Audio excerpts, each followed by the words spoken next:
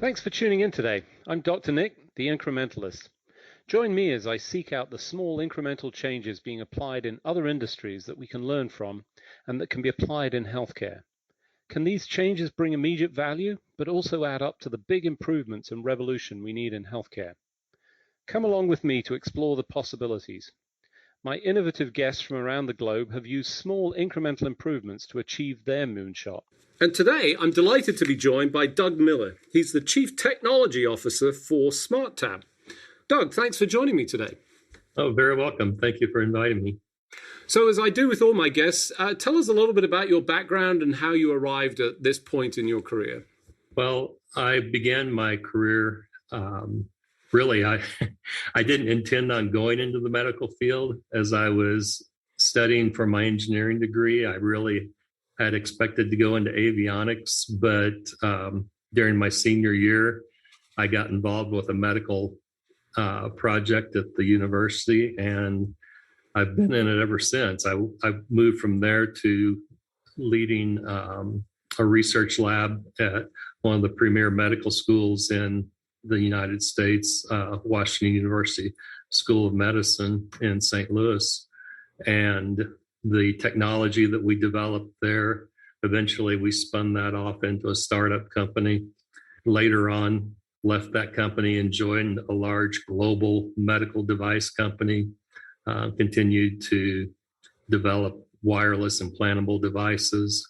And after spending close to 10 years in that large company, decided that I really preferred the environment of the small startups, giving you a chance to really develop new ideas. And so moved back to a startup company and then to another, and then on to where we're at now at SmartTab. So that's kind of been my history.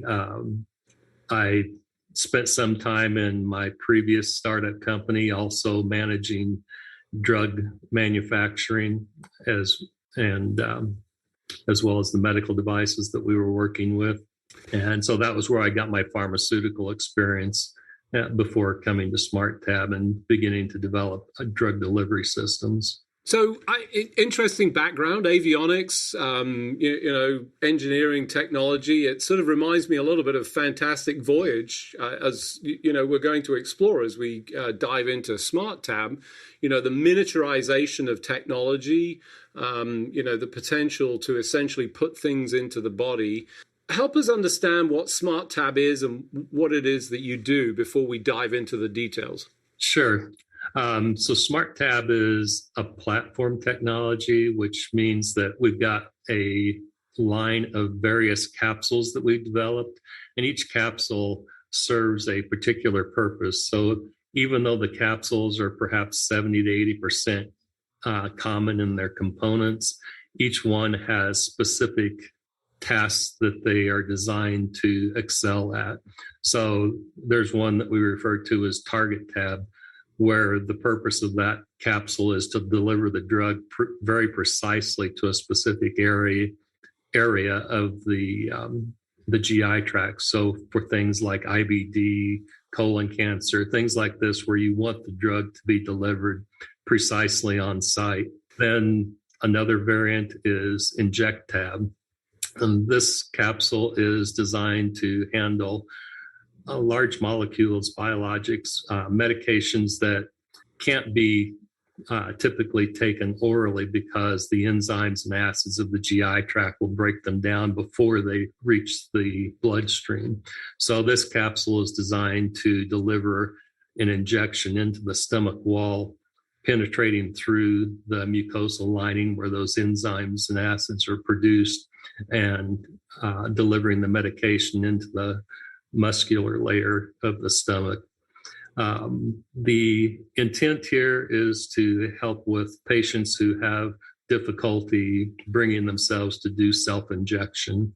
In focus groups that we've spoken with, we found that if it's a regimen that requires very frequent injections, such as diabetes, where it's several a day, patients typically get used to that. But if they're only taking it once a week or so, like Enbrel or Humira, they never take it often enough that they get comfortable with delivering that self-injection. And so what we found was there was a lot of non-compliance there. And so the idea here is to try to provide these patients with an alternative that will overcome that anxiety and allow them to take their medication on time. A third version of our capsule we refer to as SmartTab, and the intent there is to deliver scheduled doses with a single capsule. So things like antibiotics, for instance, where you're supposed to take the capsules on a prescribed time frame, that a single capsule will deliver those at the prescribed time and ensure that you take the entire regimen rather than stopping partway through because you may not feel like you need it anymore. So again, really looking at compliance. So that's kind of an overview of what the SmartTab platform is now. We have some other versions that we are currently thinking of as well. So there's perhaps half a dozen capsule versions that we currently have in our pipeline that we're developing. But as I said, trying to address very specific issues with drug delivery. So, interesting concepts. I think, if I pull this together, it's the miniaturization of drug delivery that people can swallow. This is, when we talk a tab, in this particular instance, we're talking tablet. Mm-hmm. First of all, just give us a sense of the size of this. I mean, what kind of a size? Because as you're talking, I'm thinking, probably larger than you might expect, just because you've got to get a lot of stuff in. But it sounds like you've cracked some of the miniaturization of this. Certainly. We're currently working with a capsule design that is a triple-aught capsule, which is the industry standard nomenclature for defining capsule sizes. So this is a capsule that is commonly administered. It's typically provided for supplements or multivitamins, something where there's fairly large volumes. And we are currently working with the largest size. We do have plans to reduce that size.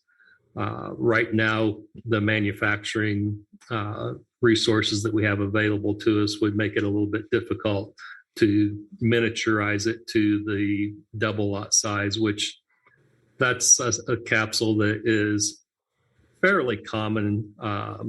Trying to think of something that would be a good example of a double-aught, perhaps something like a Tylenol.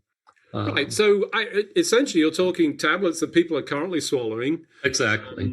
A size that, and to be clear, there's a whole spectrum of people. I certainly live with somebody that says anything smaller than the tiniest grain of dust catches in the back of their throat. But, that aside, we're talking something that's in use in general pharmacology. It's a sort of standard size. So you've miniaturized that.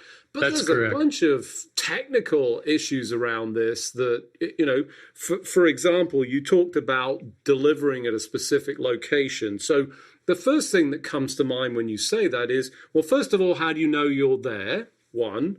Two, once you're there, how do you deliver it? What's the sort of mechanism to say, okay, I'm exposing it? And with all of that must come some power element of this. How are you developing and delivering the power to be able to deliver that, assuming that's the way that it works? Certainly. Well, I guess let me begin with kind of from the power end of it. So these capsules are designed to not dissolve as a typical capsule or tablet would. They are designed to remain intact as they go through the GI tract, and they eventually pass out of the body. They are self-powered, so there is a small lithium battery in the capsule. And then there's a small circuit which has a microprocessor. And this microprocessor, besides being connected to the release mechanism, is also connected to various sensors that are included within the capsule. And these sensors monitor the position of the capsule through various means. Have to be a little bit careful about what I divulge here, but suffice it to say that there's a variety of sensors that monitor various aspects as it's going through the GI tract, and the microprocessor collects all of that data, runs an algorithm on it, and determines what the position of the capsule is. So is this fully autonomous? This is something that doesn't require externalities that are controlling this? Yes, it is. When we first started with this, SmartTab was our first try, and we did have external components with that capsule that helped it with its self-location. And we determined in talking to patients that having them learn how to use these external components really was not ideal. We really needed this to be what they were used to in taking a capsule, which is you just get a glass of water and you swallow, and they don't have to do anything else. So we developed systems so that it doesn't have to remain on a charger or be activated before it is swallowed.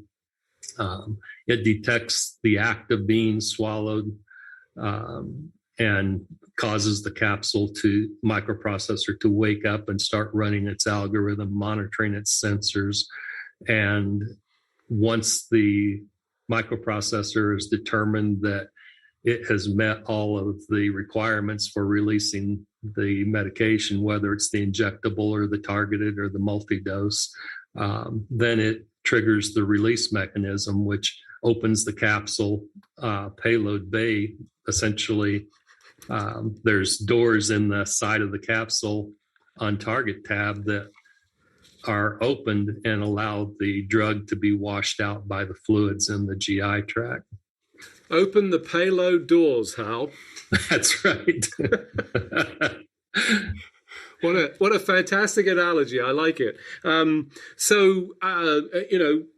Essentially technology that creates autonomy, I think, smart in terms of how that helps some of the problems that you described, the challenge of compliance, challenge of people remembering. I think people go into this, patients that is, with positive intentions. It's not that they sort of mean to diverse from the recommended schedule for drugs and so forth. And as you rightly point out, the challenge of injectables is pretty significant, and it's easy for anybody that doesn't have to take an injectable on any regular basis to say, well, that would not be difficult. But you only have to talk to a diabetic that is dealing with that to know how significant that is. Right.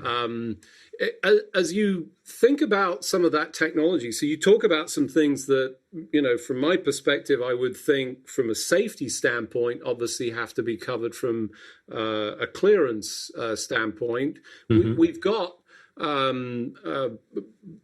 previous instances of swallowable tabs. We've certainly seen that going back a significant period for cameras even. Correct.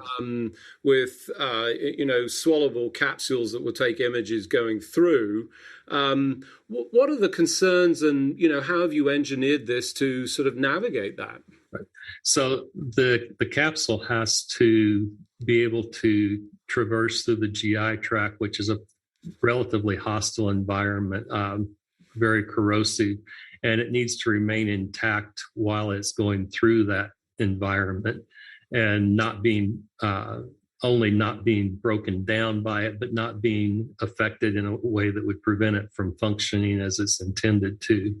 So from a safety perspective, what we're looking at is a capsule that is sealed against these corrosive elements, and that has self-monitoring systems on board that are constantly checking to see that everything is working as it's intended.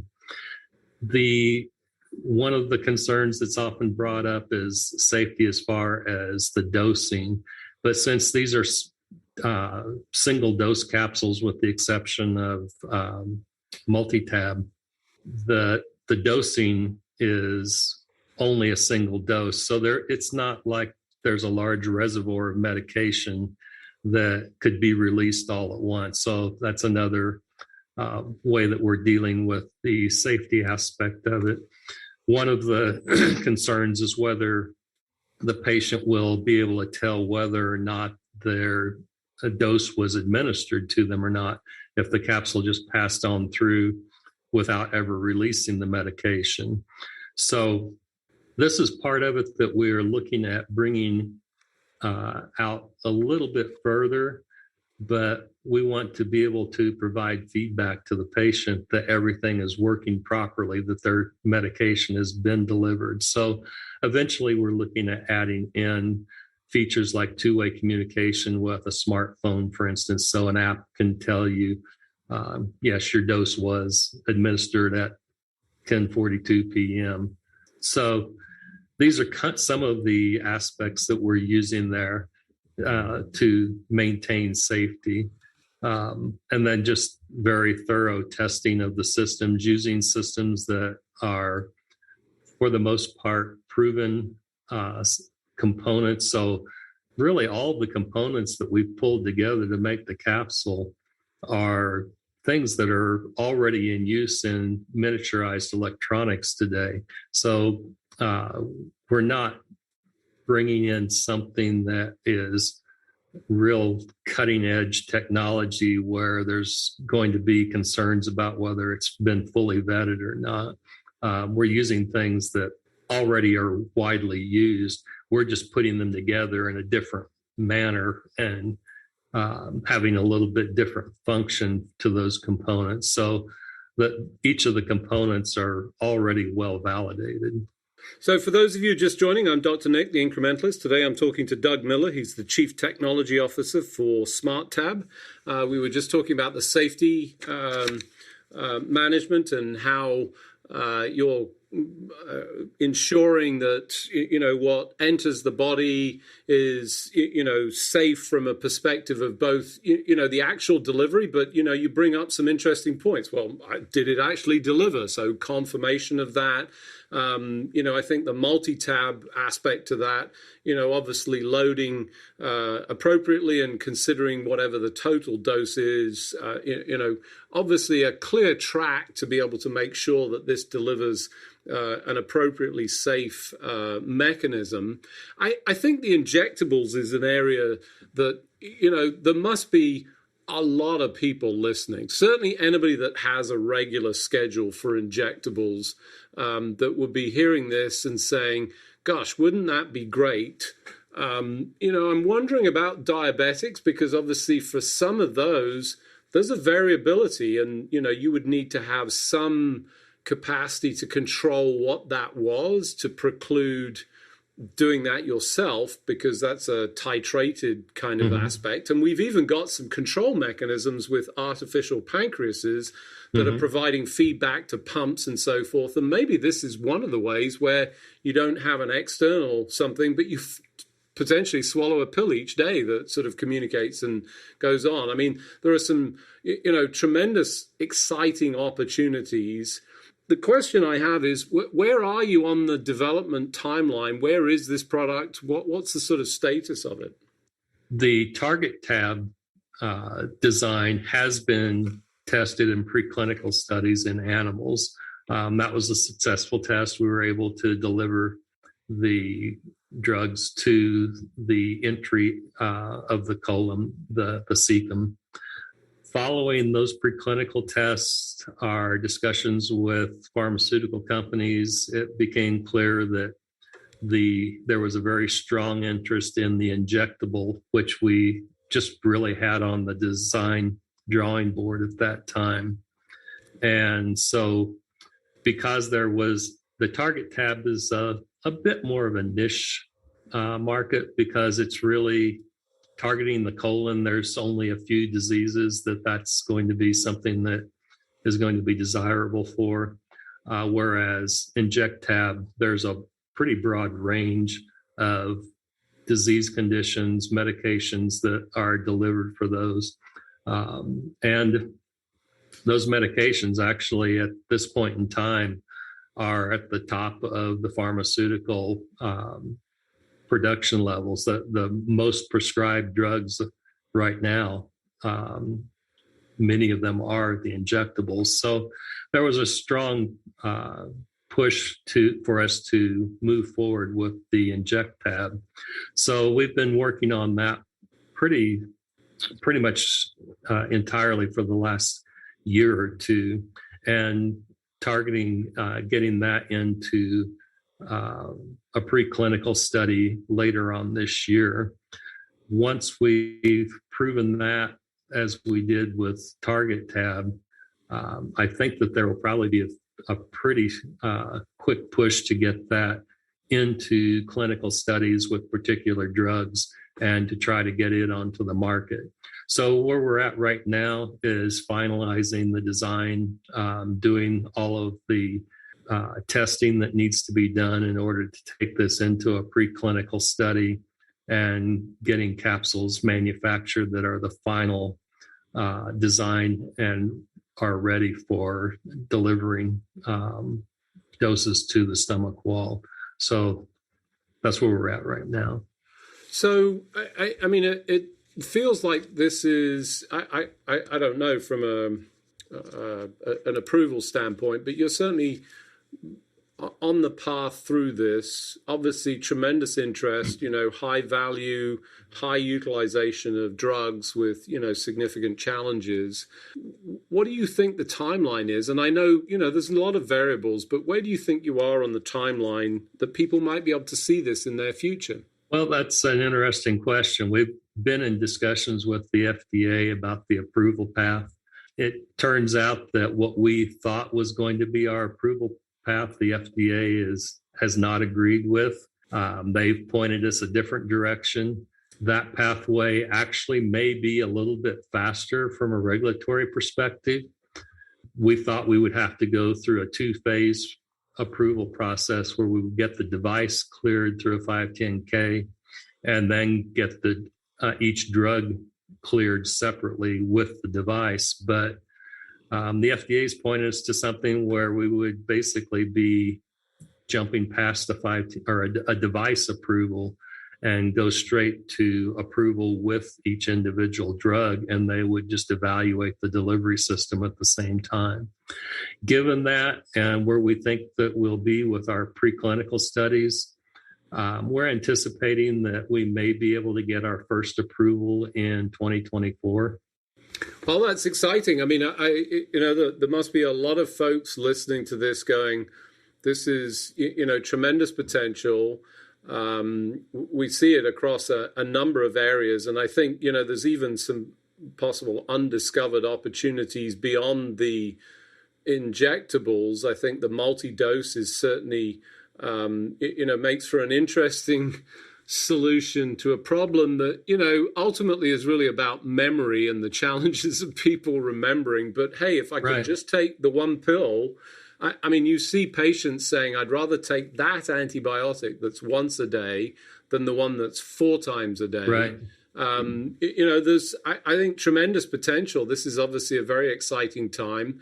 I look forward to seeing where this is going to go, where the opportunities lie.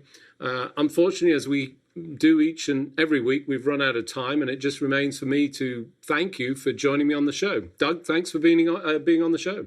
Well, thank you very much for having me. Thanks for joining me today. Do you have any better ideas, or have you found a small incremental change that's brought about a big improvement in your world? Let's continue the conversation on our hashtag, The Incrementalist, or share with me at Dr. Nick1 on Twitter. You can find more information about the show on our program page at healthcarenowradio.com, and tune in next time to hear my discussions with leaders and innovators from around the globe who've revolutionized their space by using small incremental improvements to achieve their moonshot. I'm Dr. Nick, the Incrementalist, and I'm starting a revolution through evolution.